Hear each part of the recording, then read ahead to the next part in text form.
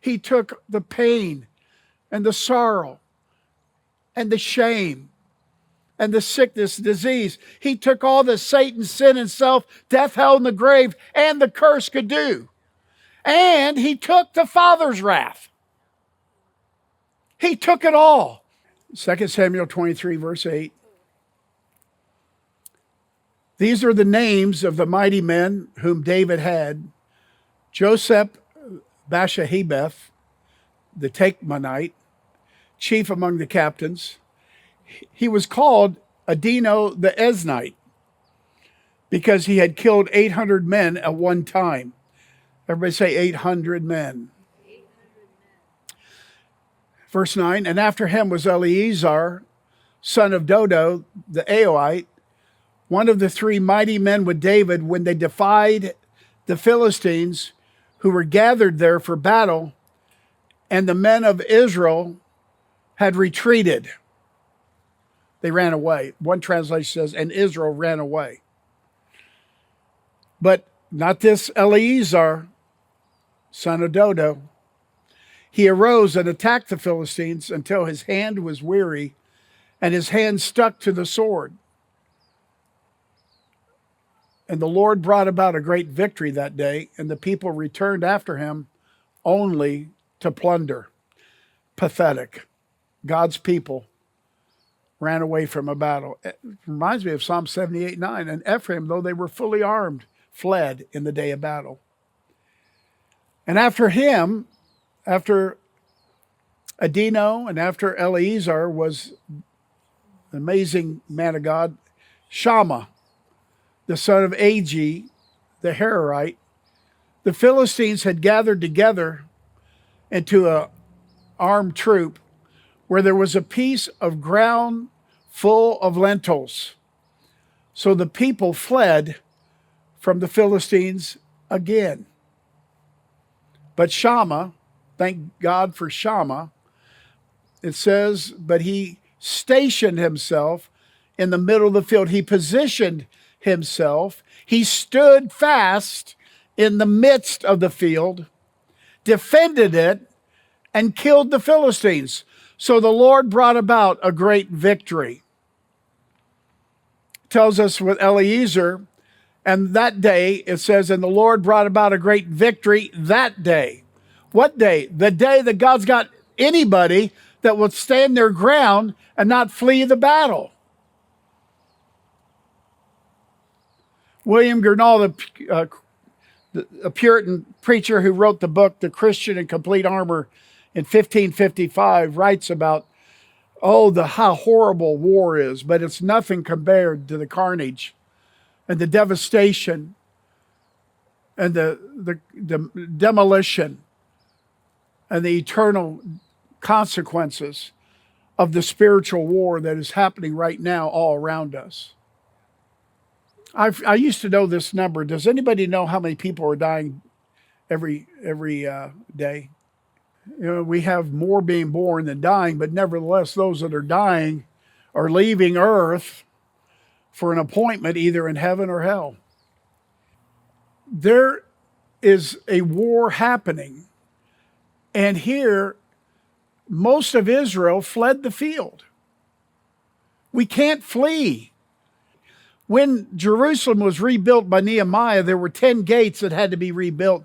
The sheep gate, the dung gate, the water gate. There's 10 gates. And one of them, the last of the 10 gates, was called the muster gate. Now, the word muster is what kind of term? It's a military term.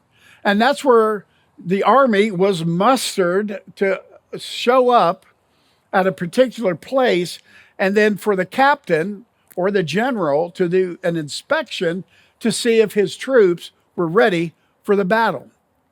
That's called the muster gate.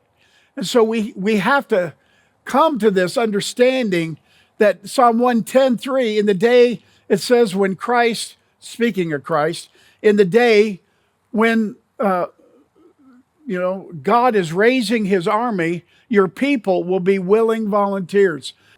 It's going to be an honor for us to be in the likes of Adino, Eleazar, and Shammah, these incredible champions.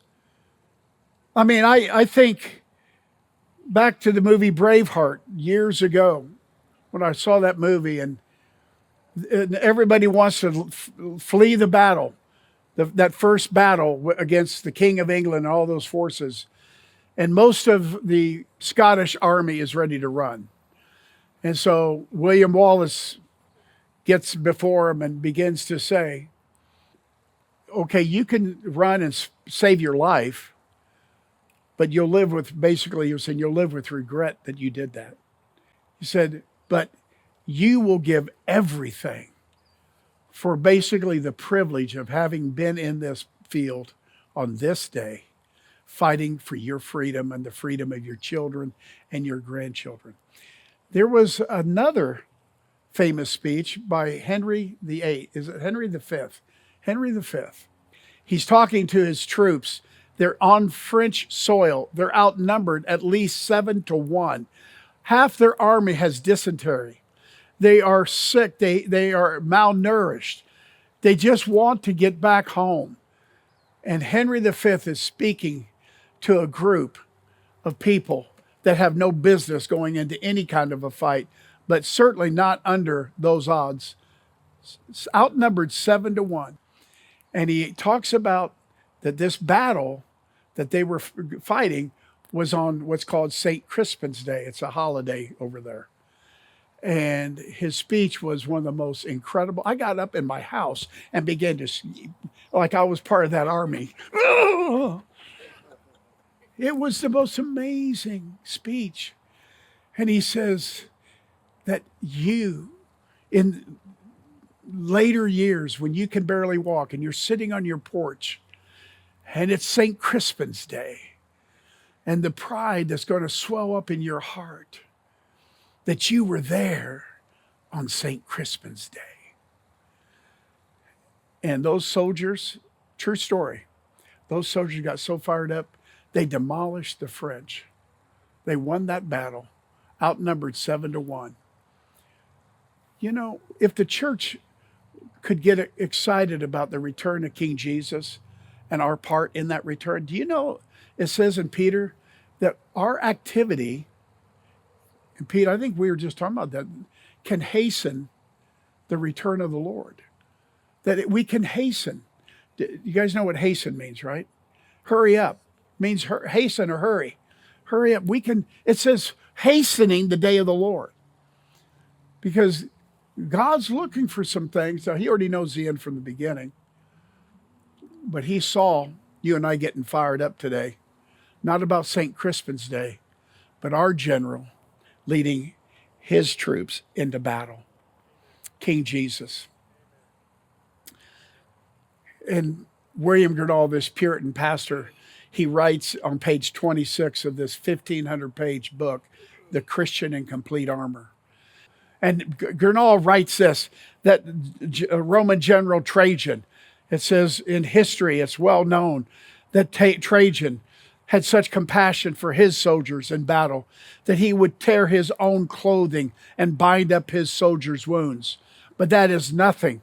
For our Savior, our general, our King, tore his own flesh to bind up our wounds and poured in his blood, the healing balm of Gilead.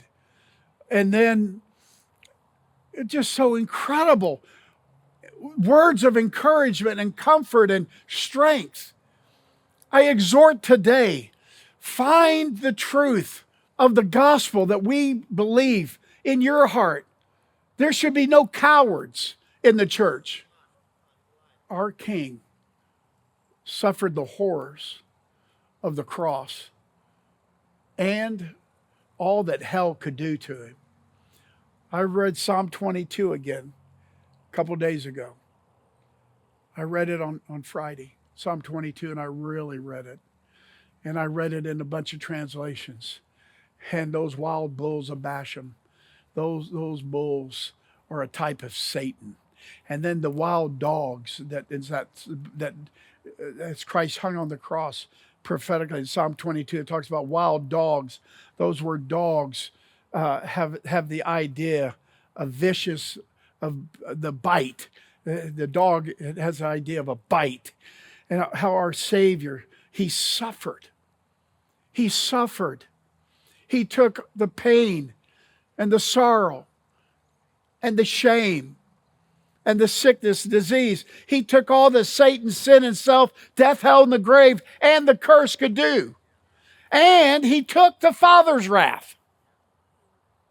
He took it all. Who for the joy that was set before him endured the cross, despised the shame, fought through. And in that Hebrews 12, it talks about the exhortation is to us, if any of you are discouraged and you don't think you can make it, just look to the cross and see the head of the church, the lover of your soul, what he endured, who for the joy that was set before him.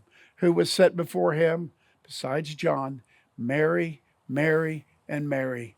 Mary means bitter. Who was set before him? Humanity, all under the curse. And his life has now become bitter, bitter, bitter. But Jesus was looking at his future bride and knew that his blood would redeem us out of our curses.